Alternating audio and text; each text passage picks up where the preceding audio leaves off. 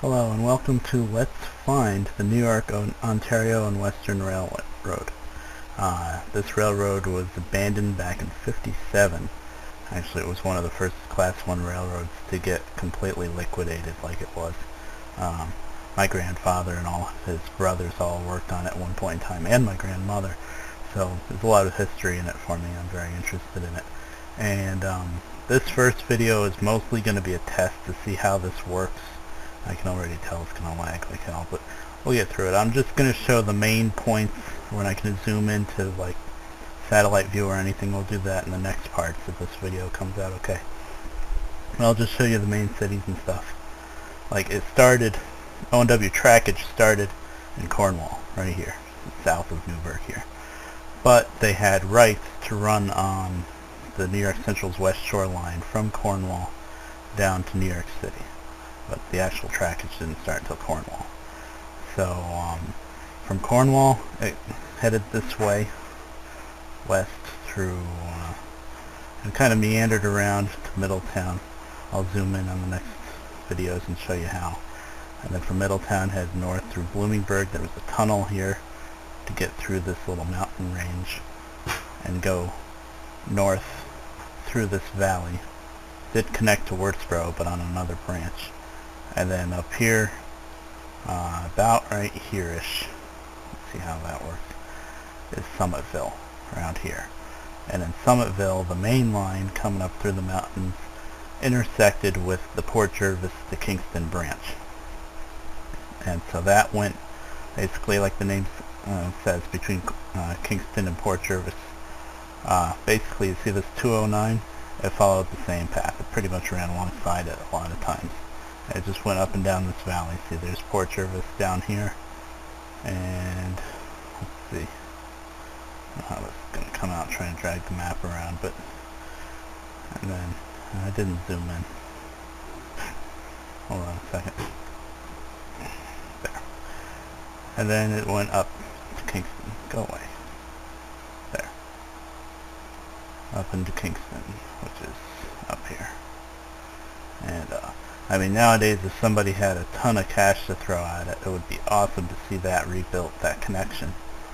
Because if you could make it like a scenic railroad, and then in Kingston you got Catskill Mountain Railroad that goes up into the mountains here, up into Phoenicia already. Well, parts of it, they're working on it right now. I think they go from Phoenicia down to somewhere around here. I don't know much about them. But you know, they're trying to rebuild right now after the devastating effects of Hurricane Irene. They lost a lot of trackage, but they're rebuilding. They don't have the connection from up in the mountains all the way into Kingston yet, I don't think, but they're working on it. But that would be awesome if you could link it all together to Port Jervis, and then Port Jervis is, you know, a main railroad line, the Graham line, that takes you all the way down into the city. So that would be nice if somebody, you know, somehow come up with the money for it, but you know, that's just a pipe dream, but what are you going to do? And anyway, from Summitville here, it's around here-ish, the main line goes up north through these mountains, believe it or not. It pretty much climbs right up alongside this mountain. It's called the Red Hill Grade. And it goes up to Woodridge and Mount Dale before that, and then down through South Fallsburg. There's a little tunnel there. Once again, I'll show that the next videos with the zoom-in view. Let's see, South Fallsburg and up through here, Ferndale's around here, and then Liberty. After Liberty, my knowledge of the O&W is limited. I haven't really tried to find it or anything after there.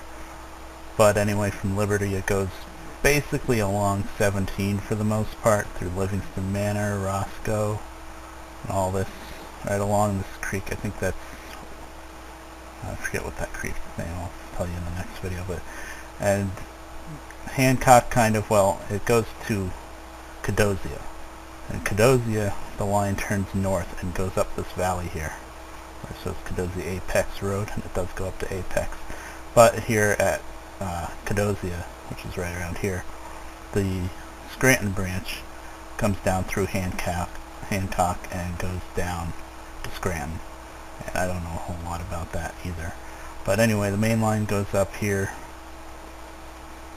along this valley, and it must turn and go up along the river here. Yeah, this is where I really kind of lose it, but I know it went through Walton, and at Walton there was a branch called the Delhi branch that went up to Delhi right here. And then the main line from Walton makes it to Sydney. I'm guessing it's kind of like right around through this valley here between the mountains. It's really a climb in the mountains at this point in time. And then Sydney was a big town for O&W. Let's see, Sydney up to Norwich. Norwich is also a big hub. And from Norwich, long time ago, there was a branch that went way out to Auburn, but that was abandoned, like, I don't even think it made it into the 1900s. Norwich, north through Hamilton, Munsville, we called it Muns, I've read that before, Oneida Castle, Oneida around here, and that's where it junctioned with New York Central, because, you know, they have east-west route here.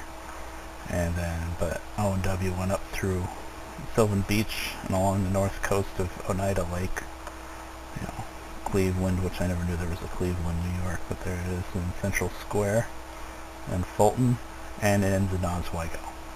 And I'm pretty sure there's a section of the O&W between Fulton and Oswego that's actually still being used, still tracked there and still run trains on. I don't know if it's a short line or if it's like a branch of Norfolk Southern at CSX, I'm not sure, but I know I've heard that that's still in use.